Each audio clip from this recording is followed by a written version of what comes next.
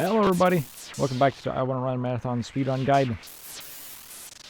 We're looking at World 8 now, so if you haven't seen the previous videos, do check out the playlist in the description. Let's get started here.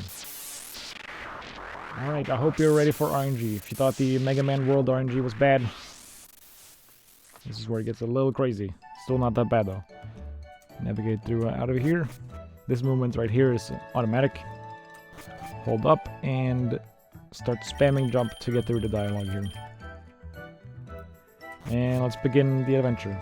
Now, before we start this part right here, I'm going to explain how the RNG works. Or how the encounter RNG works on the Pokemon section here. So, when you spawn in the overworld, you are given a random number between 1 and 18.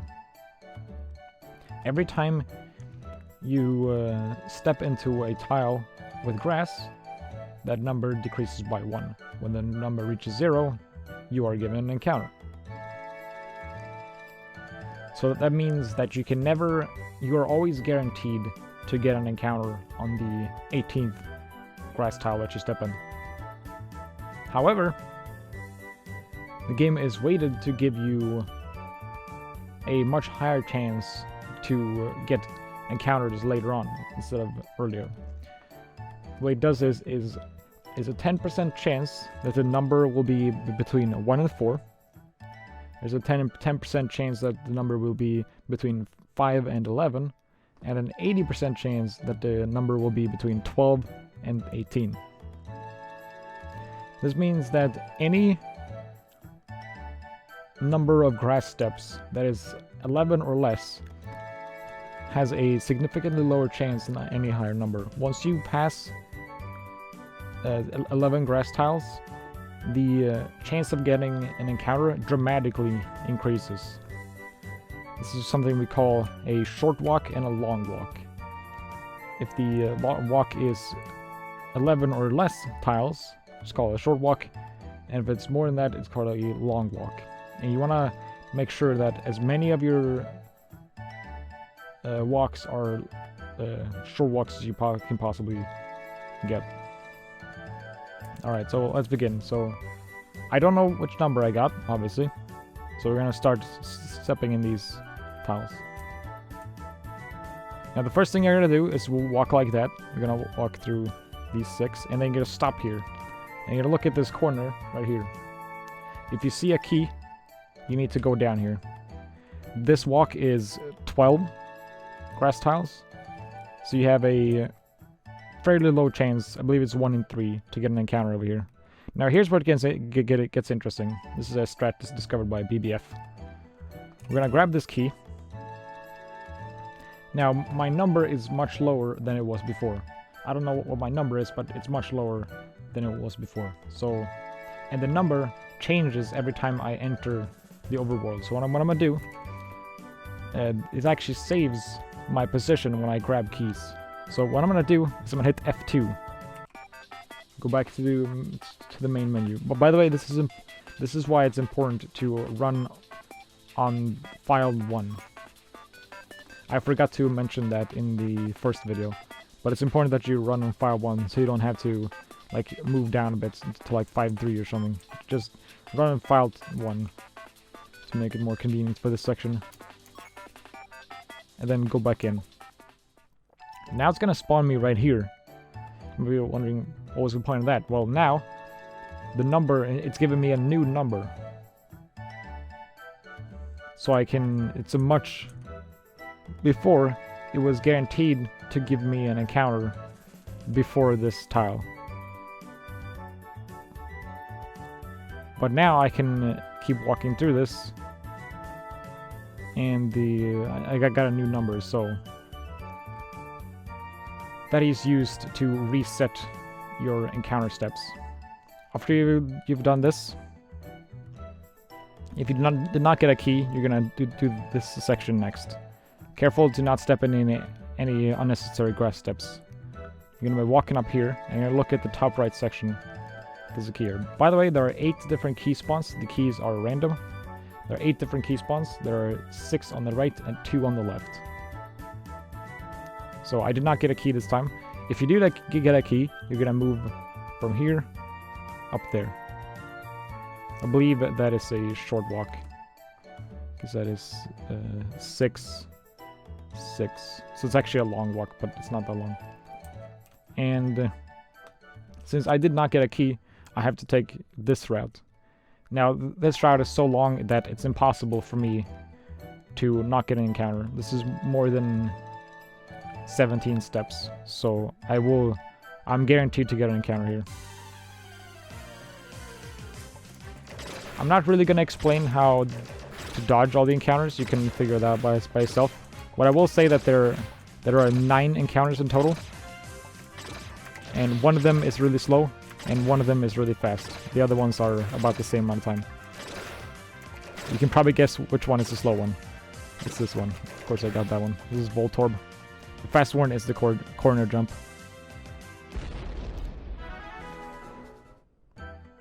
And here's the next key. Again, the keys are random, but you're gonna be taking this path no matter what. Pick up the key, and then go back to the main menu, and take this route. Go over here. It's 8 tiles, plus 2. So that's 10, which means that's a short walk. If you got a key there. If you didn't get a key there, I believe you are guaranteed to get an encounter on the way up here. If you get one here, grab it and hit F2. However, you should only do that if you know that you got keys over here. Before you do that, you should step on this tile and check this location and this location. The reason why I did it, or the reason why I hit F2 here, is because I'm going to demonstrate these other 2 sections. But normally you would grab this key, then move over here and check if you actually got any keys there, which I did not. If you did not get any keys like I did, then you want to get an encounter as early as you can, and then suicide, so you can get to the left section earlier. But if you did get keys, walk over here. This is another short walk, and grab this key if it's here for you. And for this part, this is 17 steps to the next one. Unfortunately, there's no key for me, so I'm guaranteed to get an encounter, but this is 17 steps, which means if you did get a key here and a key over there, it's an 88% chance to get an encounter on the way to that key, because it's 17 steps.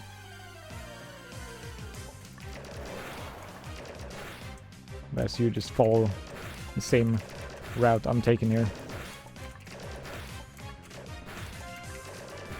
The encounters are fairly easy to dodge, so don't worry too much about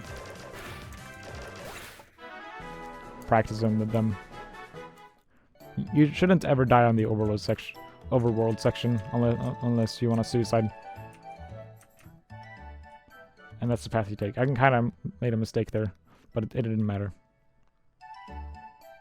Actually, it did matter, but whatever. And then you grab this key, and after you grab this key, don't press F2.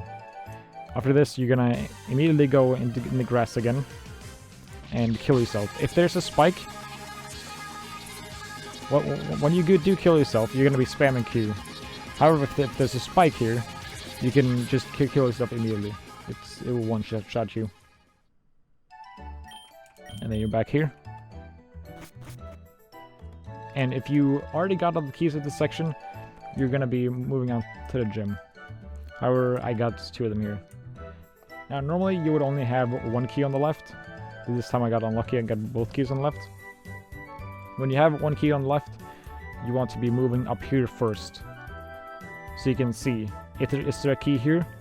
If there's no key here, then you move back. You don't want to go up here to check, because that's gonna, if it's here, that's gonna make getting to this key a long walk instead of a short walk, which is really bad. So you go here, this is a short walk. Dodge as many grasses as you can. Grab the key. And then don't F2, you're gonna be killing yourself again.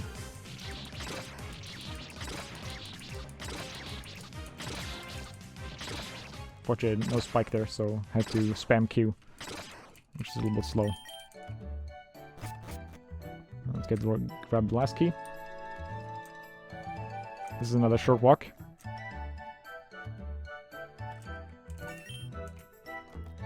And now I got all of them. Again, don't press F2. I'm gonna go in the grass again, and I'm gonna kill myself.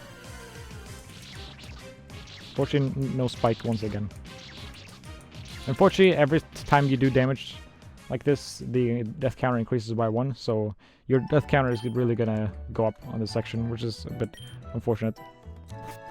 Now, going into the gym, it's very, very important that you have that you have max HP. Because we are entering the scariest part of the entire run. If you mess this up, you will lose about 3 to 4 minutes. It's really, really important that you don't mess this up. Because I'm going to be doing the second trainer skip. So you're supposed to fight this trainer, then the gym leader. However, you can skip the second trainer. But this only works right after you beat the first trainer.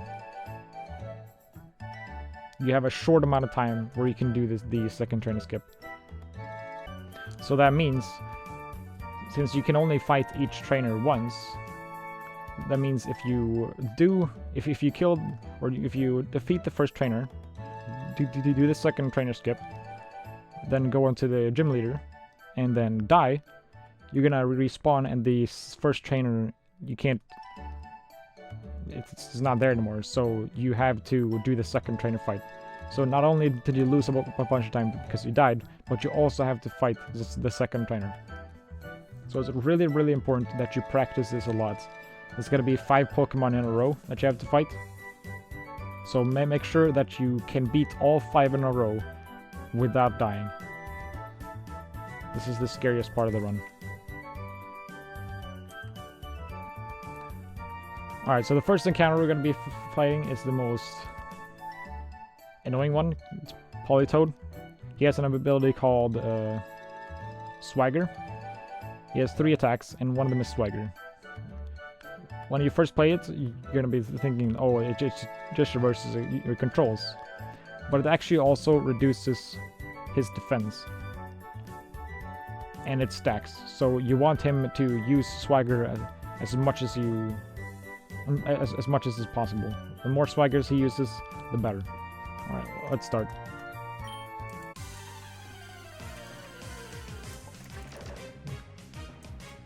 Alright, so I'm gonna start attacking him here.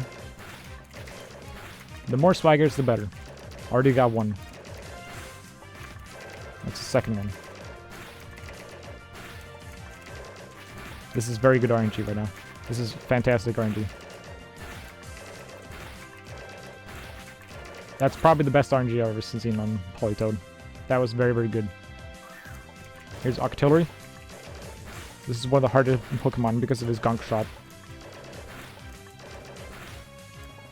Not this attack, but the other one. This one. If you can't get damage in without taking a hit, you probably just want to take it slow there. Okay, here I'm going to do the second trainer skip. I'm going to hold up and mash jump. I'm mashing jump right now. I'm still mashing jump. Keep mashing jump. Now you can stop mashing jump. After you've seen the second screen transition there, that's when you can stop mashing jump. Hold up and mash jump the entire time. That will allow you to skip the second trainer. Again, if I die now, I have to fight the second trainer. There's no way to skip it. So it's really, really important that I don't die right now. So make sure you practice these fights a lot. There's no real tricks to Arcanine here. The easiest attack you want is Will-O-Wisp. The blue one. That's the easiest one to get damage on. Alright, Magikarp sort of has a trick to it. His attacks are always in the same order. We're going to start off with Splash, and then he's going to do Tackle. Now, when he starts Tackle, he's going to jump. And the more left you are, the higher he will jump. So you actually want to be as far right as you possibly can. So he will jump lower, so you can start attacking him earlier. Alright, the Treble. Careful not to be too close to the wall there, because he has an attack called Attract. So, which will drag you towards him. So if you're too close to the wall and you jump up, you can easily just hit the spike. The way you dodge the solar beam is by standing on the ground, moving left, and then jumping when it stops homing in on you.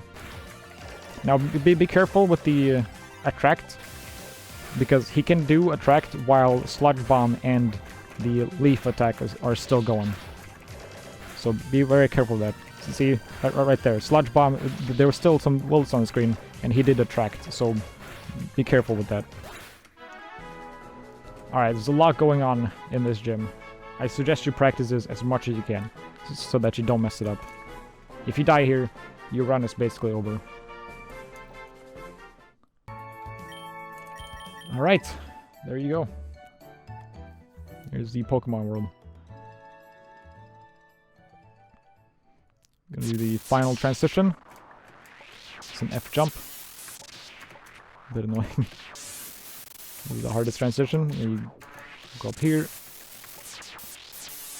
And you're gonna be seeing the antagonist one more time here.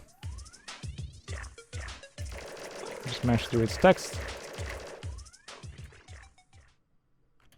And we're gonna enter the final world of the game.